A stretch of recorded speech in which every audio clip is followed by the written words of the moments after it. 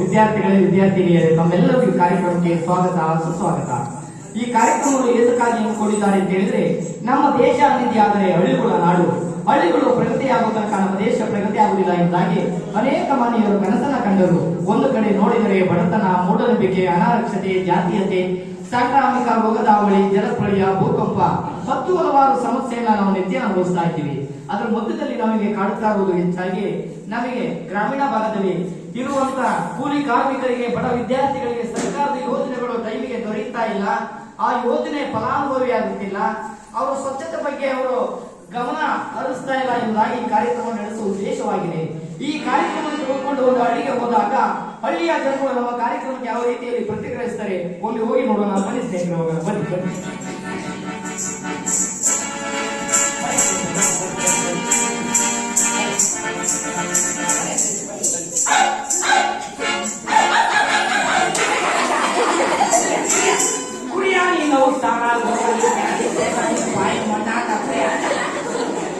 ಯಾರು ಹೊಸ ಜನ ಹೊರಗೆ ಬಿಡಕ್ಕಿಲ್ವಲ್ಲಪ್ಪ ಈ ಊರೊಳಗೆ ಹಾಳಾದ ನಾಯಿ ನಾಯಿ ಏನ ಬಂದೋಬಸ್ತಾಗೆ ಅದೇನೋ ಹೇಳ್ತಾರಾಯ್ತು ತಕ್ಷಣಿಗೆ ಪಟ್ಟ ಹೊಟ್ಟಿಗೆ ಕೆಟ್ಟ ಅಂತೇಳಿ. ಅಲ್ಲ ಕಣ ತಮ್ಮ, ಸ್ಕೂಲ್ಗಳು ಟೈಮ್ ಆಯ್ತು, ಶನಿವಾರ ಬೇರೆ ಇವತ್ತು. ಆ ಸ್ಕೂಲ್ ಹುಡುಗ ಬರ್ತಾ ಇದೆ, ನಾವು ಚಡ್ಡಿಗೆ ಭಯ ಪಡಿಸಲ್ಲ ತಮ್ಮ. ಬಾರಪ್ಪ ಬಾರಪ್ಪ, ನಮ್ದೇ ನಾಯಿ ಕಡಿಯಕ್ಕಿಲ್ಲ, ಬಾರಪ್ಪ. ಯಜಮಾನ್ರಿ ನಮಸ್ಕಾರ. ಯಜಮಾನ್ರಿ ನಮಸ್ಕಾರ. ನಮಸ್ಕಾರ ನಮಸ್ಕಾರ ಕಣ ತಮ್ಮ, ನಮಸ್ಕಾರ. ಯಾರು ಅಂತ ಗೊತ್ತಾಗ್ಲಿಲ್ವಲ್ಲಪ್ಪ. ನಮ್ಮ ಊರಿಗೆ ಹೊಸಬ್ರು ಕಾಣ್ತಾ ಇದ್ದೀರಾ? ಯಾಕೆ ಬಂದಿದ್ದೀರಾ? ಏನ್ ಮಾಡಕ್ ಬಂದಿದ್ದೀರಾ? ಯಜಮಾನ್ರೆ, ನಿಮ್ಮ ಊರಲ್ಲಿ ಸರ್ಕಾರದ ಯೋಜನೆಗಳ ಬಗ್ಗೆ ವಿದ್ಯಾರ್ಥಿಗಳಿಗೆ ಮತ್ತೆ ಗ್ರಾಮೀಣ ಭಾಗದಲ್ಲಿರುವಂತಹ ಜನರಿಗೆ ಒಂದು ಯೋಜನೆಗಳ ಬಗ್ಗೆ ಒಂದು ತೊಗೊಳಗೊಂಬೆ ಕಾರ್ಯಕ್ರಮ, ಗೊಂಬೆ ಆಟ ತೋರಿಸ್ಬೇಕು ಅಂತ ಹೇಳಿ ಬಂದಿದ್ದೀವಿ ಯಜಮಾನ್ರೆ. ಅಯ್ಯ ಬಿಡತ್ತಮ್ಮ. ಅಲ್ಲ, ಮನೆಯಿಂದ ಮನೆಗೆ ಒಯ್ದು ನಡೆಸ್ಕೊಂಡು ಡಿಶ್ ಹಾಕಿದ್ದು ಪುಸ್ ಅಂತ ಮಾಕೆಂದರೆ ನಮ್ಮ ಊರಿಗೆ ಗ್ರಾಮಸ್ಥರಲ್ಲ.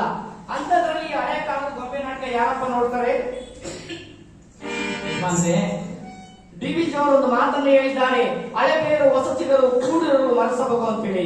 ನೋಡಿ, ಜಾನಪದ ಕಲೆ ಎಂದಿದೆಯಾದರೆ ನಮ್ಮ ನಾಡಿನ ಸಂಸ್ಕೃತಿ, ನಮ್ಮ ನಾಡಿನ ತಾಯಿಯ ಬೇರು, ಇದನ್ನ ಉಳಿಸಬೇಕು, ಬೆಳೆಸಬೇಕೆಂಬುದಾಗಿ ಈ ಕಾರ್ಯಕ್ರಮ ನಡೆಸುವ ಉದ್ದೇಶವಾಗಿದೆ. ನೋಡಿ ಯಜಮಾನ್ರೆ, ನಿಮ್ಮ ಹತ್ರ ಮಾತಾಡಕ್ಕೆ ನನಗೆ ಟೈಮ್ ಇಲ್ಲ, ಜಾಸ್ತಿ ಟೈಮ್ ಕಮ್ಮಿ ಇದೆ. ನಡಿ ಊರಿಗೆ ಹೋಗೋಣ, ನಡ್ರಿ ಯಜಮಾನ್ರೆ, ಬನ್ನಿ ಬನ್ನಿ.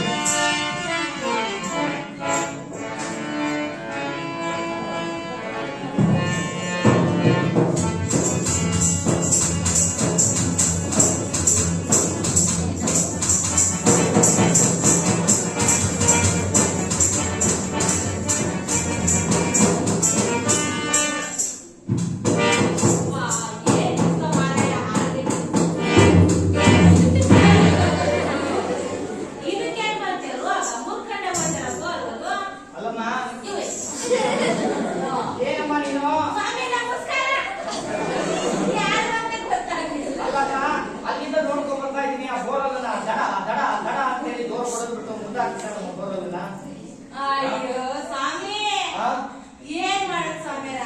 ನಾನು ನಿಮ್ಗೆ ಬೋರ್ ವಾಸ್ತ ಮುದ್ದಾಗ್ತಾ ಇದ್ದೀನ. ವಾರಕ್ಕೆ ಒಂದು ಪಟ, 15 ಒಂದು ಪಟ ಕಾಯಮ್ಮ ಮುದ್ದಾಗ್ತಾ ಇರ್ತೀವಿ. ಸರ್ಕಾರದ ಬಂದರೆ ರಿಪೇರಿ ಮಾಡ್ತಾರೆ ಹೋಗ್ತಾರೆ, ರಿಪೇರಿ ಮಾಡ್ತಾರೆ ಹೋಗ್ತಾರೆ. ಅಲ್ಲಮ್ಮ, ಸರ್ಕಾರದವರು ಬಂದು ರಿಪೇರಿ ಮಾಡ್ಕೊಡ್ತಾರೆ ಅಂತ ಹೇಳಿದ್ರೆ ಅವ್ರಿಗೆ ಮುಚ್ಚಣೆ ಮಾಡ್ಕೊಡೋದಿಲ್ಲ. ಇಲ್ಲಿ ಖರ್ಚು ಮಾಡಿದ ದುಡ್ಡೆಲ್ಲ ನಿಮ್ಮ ಸಲ ತಗೋತಾರೆ, ನಿಮ್ಮ ಸಲ ಬೇರೆ ಹಾಕ್ತಾರೆ. ಗೊತ್ತಾಯ್ತೇನಮ್ಮ? ಬೇರೆ ಮಾಡ್ತಾರ. ಹೌದು, ನನ್ ಗೊತ್ತಿಲ್ಲ ನೋಡಿ ಸ್ವಾಮಿ. ನೀವ್ ಯಾರು ಅಂತ ನೋಡಮ್ಮ, ವಾರ್ತಾ ಮತ್ತು ಸಾರ್ವಜನಿಕ ಸಂಪರ್ಕ ಇಲಾಖೆ ಮತ್ತೆ ಸಕಲಪಟ್ಟಣ ಗ್ರಾಮ ಪಂಚಾಯತಿ ಕಡೆಯಿಂದ ಈ ಮೂರು ಹೈಸ್ಕೂಲ್ ಇದೆಯಲ್ಲ, ಹೈಸ್ಕೂಲ್ ಅಲ್ಲಿ ವಿದ್ಯಾರ್ಥಿಗಳಿಗೆ ಒಂದು ಗೊಂಬೆ ಆಟ ತೋರಿಸ್ತಾ ಇದ್ವಿ, ಜನಜಾಗೃತಿ ಮೂಡಿಸುವಂತ ಒಂದು ಗೊಂಬೆ ಆಟ. ಏನಮ್ಮ, ಆ ಬೋರಿಂಗ್ ಬೆಳೆಯಲ್ಲಿ ಅಷ್ಟು ಸ್ವಚ್ಛ ಮಾಡಿದ್ರ, ಗಲೀಜ್ ಮಾಡಿದ್ರ, ಅದೇ ಕೊಳಿ ಬಂದಿರೋ ಸ್ಥಳಕ್ಕೆ ಹೋಗಿ ಪುನಃ ಪೈಕೊಂಡು ಬೀಳ್ತೀರಾ, ನೀರನ್ನ ತಗೊಂಡು ಕುಡಿತೀರಾ, ಅನೇಕ ಕಾಯಿಲೆಗಳಿಗೆ ತುತ್ತಾಗ್ತೀರಾ. ನೋಡಿ, ಮಲೇರಿಯಾ ಬರ್ಬೋದು, ಡೆಂಗಿ ಜ್ವರ ಬರ್ಬೋದು, ಕಾಮಾಲೆ ಬರ್ಬೋದು, ಕಾಲರಾ ಬರ್ಬೋದು, ವಾಂತಿ ಭೇದಿ ಆಗ್ಬೋದು. ಇಂಥದ್ದು ಸಾಂಕ್ರಾಮಿಕ ರೋಗಗಳಿಗೆ ತುತ್ತಾಗ್ತೀರಾ. ಕುಡಿಯೋ ನೀರನ್ನ ಪರಿಶುದ್ಧವಾದ ಸ್ವಚ್ಛವಾದ ನೀರನ್ನ ಕುಡಿಬೇಕು. ವೈಯಕ್ತಿಕ ಸ್ವಚ್ಛತೆಯನ್ನು ನಾವು ಕಾಪಾಡ್ಕೋಬೇಕು. ಆರೋಗ್ಯದ ಭಾಗ್ಯ, ಆರೋಗ್ಯದ ಕಡೆ ಗಮನ ಕೊಡಬೇಕು. ಗೊತ್ತಾಯ್ತೇನಮ್ಮ? ಮಲೇರಿಯಾ, ಡೆಂಗಿ ಜ್ವರ ಅಂತವು ಇಂಥವು ಎಲ್ಲ ಇದೆಲ್ಲ ನಿಮ್ಗೆ ಬಂದಿತ್ತ ಸ್ವಾಮಿ? ನಮಗೆ ಬಂದಿಲ್ಲಮ್ಮ. ಸರ್ಕಾರದವರು ಮಾಹಿತಿ ಕೊಟ್ಟು ಹಳ್ಳಿಯ ಜನಗಳಿಗೆ ತಿಳಿಸಿ ಜಾಗೃತಿ ಮೂಡಿಸಿ ಎಂಬುದಾಗಿ ನಾನು ಕಳಿಸ್ಕೊಡ್ತಾ ಇದ್ದಾರೆ. ಮಗ ಜಲ್ವಕ್ಕ, ನಾನ್ ಕಣವ ರಂಗಜ್ಜ. ಅಲ್ಲ ಕಡೆ ಮಗ, ಆ ಬೋರ್ನಲ್ಲಿ ಕೈ ಹಿಡ್ಕೊಂಡ್ಬಿಟ್ಟು ಯಾವಾಗ್ಲೂ ಡಿಸ್ಕೋ ಡ್ಯಾನ್ಸ್ ಮಾಡ್ತಾ ಇರ್ತೀಯಲ್ಲ ನೀನು, ಬೇಕು ಕಡ್ಕುವೆ ನಿನ್ ಗಂಡ ಎಲ್ಲೂ ಮನೆ ಒಳಗ್ ಡ್ಯಾನ್ಸ್ ಮಾಡಕ್ ಬಿಡಕ್ಕಿಲ್ವ ಹೊಡಿಸ್ಕೊಡ ಅಂತ. ಯಾಕೆ? ಅಲ್ಲ ಕಡೆ ಮಗ, ನಾನ್ ದಿನ ಹೊಲ್ಸ್ ಕಡೆ ಹೋಗ್ತಾ ನೋಡ್ತಾ ಇರ್ತೀನಿ. ಇರೋದೊಂದು ಬೋರ್ವೆಲ್ ಮುರಿದಾಕ್ಬಿಟ್ಟಲ್ಲ, ಕುಡಿಯೋ ನೀರಿಗೆಲ್ಲ ಎಷ್ಟು ತೊಂದರೆ ಆಯ್ತಾಳು. ಅಯ್ಯೋ ನನ್ ಕೈ ಮೀಸ ಮುಟ್ಕೊಂಡು ಹೋಯ್ತು. ಅದು ಬೇರೆ, ನಿಮ್ಮ ಮನೆ ಮುಂದೆ ಸ್ವಚ್ಛ ಗ್ರಾಮ ಅಂತ ಹೇಳಿ ದೊಡ್ಡದು ಚರಂಡಿ ಮಾಡಿದ್ದಾರೆ. ಯಾಕೆ ಮಾಡಿದ್ದಾರೆ ಹೇಳೋ? ಊರು ಕೊಳಕು ನೀರೆಲ್ಲ ಗಲೀಜ್ ನೀರೆಲ್ಲ ಊರ್ ಬಿಟ್ಟು ಆಚೆಗೆ ಹೋಗ್ಲಿ. ಮಧ್ಯೆ ಎಲ್ಲೂ ನಿಂತ್ಕೋಬಾರ್ದು. ಮಧ್ಯೆ ನಿಂತ್ಕೊಂಡ್ರೆ ಸೊಳ್ಳೆ ಬಂದು ಕುತ್ಕೊಂಡು ಮೊಟ್ಟೆ ಇಕ್ಕಿ ಮರಿ ಮಾಡಿ ಜನಕ್ಕೆಲ್ಲ ಹಾಕೊಡುದು. ತಲೆನೋವು, ಶೀತ, ಕೆಮ್ಮು, ಜ್ವರ, ನೆಗಡೆ, ಕೈಕಾಲು ನೋವು ಇದೆಲ್ಲ ಆಗ್ತೈತಿ. ಹಂಗ ಆಗ್ಬಾರ್ದು ಅಂತ ಮಾಡಿದ್ದಾರೆ. ನೀನೇನ್ ಮಾಡ್ತೀಯ? ಮನೆ ಒಳಗದು ಕಸ ತರ್ತೀಯ, ಹೊರಗಡೆ ಚರಂಡಿ ಒಳಗೆ ಹಾಕಿರ್ತೀಯ ನಿಮ್ ಮನೆ ಮುಂದಕ್ಕೆ. ಮೇಲಿಂದ ನೀರು ಬಂದು ನಿಂತ್ಕೊಂಡು ಸೊಳ್ಳೆ ಬಂದು ಜನಕ್ಕೆಲ್ಲ ಕೊಡುದು, ಅನೇಕ ಕಾಯಿಲೆಗಳು ಬರ್ತವೆ. ಕಾಯಿಲೆ ಬಂದಾಗ ಡಾಕ್ಟರ್ ತಕ್ಕೋಗಿ ಅಂಡಂಡಿಗೆ ಚುಚ್ಚಿಸ್ಕೆ ಬರೋದು.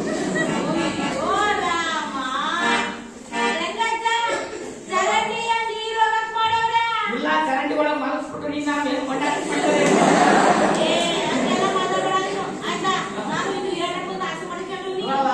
ಹಳ್ಳಿ ಹೆಣ್ಮಕ್ಳು ಅಂದ್ರೆ ಬುದ್ಧಿವಂತರಾಗಬೇಕು, ತಿಳುವಳಿಕೆ ತಿಳ್ಕೋಬೇಕು. ಹಿರಿಯರು ಒಂದು ಮಾತು ಹೇಳಿದ್ದಾರೆ, ಮನೆಯ ಮೊದಲ ಪಾಠಶಾಲೆ ಜನನಿ ತಾನೇ ಮೊದಲು ಗುರು, ಜನನಿಯಿಂದ ಪಾಠ ಕಲಿತ ಜನರು ಧನ್ಯರು ಅಂತ. ಯಾರಲ್ಲಿ ಹೆಣ್ಮಕ್ಳು ಕ್ಲೀನ್ ಆಗಿರ್ತಾರೆ, ಸ್ವಚ್ಛತೆಯಿಂದ ಇರ್ತಾರೆ, ಅವ್ರಲ್ಲಿ ಆರೋಗ್ಯ, ಶಾಂತಿ, ನೆಮ್ಮದಿ ಎಲ್ಲ ಚೆನ್ನಾಗಿರ್ತೈತೆ. ಗೊತ್ತಾಯ್ತಾ? ಕಣವ, ಆ ಹುಡುಗನ ಕರ್ಕ ಬರ್ತೀಯ, ಅಲ್ಲೇ ಪಾತ್ರ ತೊಳಿತೀಯ, ಕಕ್ಕ ಮಾಡಕ್ ಕುಡಿಸ್ತೀಯ, ಅಲ್ಲೇ ಗಂಡನ ಮೈ ತೊಳಿತೀಯ. ಅಯ್ಯ ನಮ್ಮ ಹುಡುಗ ನಾನು ಪಾತ್ರ ತೊಳಿತೀನಿ ಅಂತ ಮತ್ತೆ ಸಾಕು, ಅಮ್ಮ ನಾನು ಕೊಡ್ತೀನಿ ಅನ್ನುತ್ತಾ, ಇದು ಗೊತ್ತು ಕದ ಮನೆ ಒಳಗೆ ಕಕ್ಕ ಮಾಡ್ತೀನಿ ಅನ್ನುತ್ತಿ. ಕಕ್ಕ ಮಾಡ್ತೀನಿ ಹಾಗೆ ಕಟ್ಟಡೋಕಾಗ್ತಾ ಅಂತ ಬೋರಲ್ಲ ಕಳ್ಸ್ಕೊಳ್ಳೋದು ಹೋಗಲ್ಲ. ಹಂಗೆಲ್ಲ ಆದಿಲ್ ಬಿದಿಲಿ ಮಲ ಮೂತ್ರವನ್ನ ವಿಸರ್ಜನೆ ಮಾಡಬಾರ್ದು. ಪರಿಸರ ಸ್ವಚ್ಛತೆಯಿಂದ ಇಟ್ಕೋಬೇಕು, ಆರೋಗ್ಯದ ಕಡೆ ಗಮನ ಕೊಡ್ಬೇಕು. ಗೊತ್ತಾಯ್ತಾ?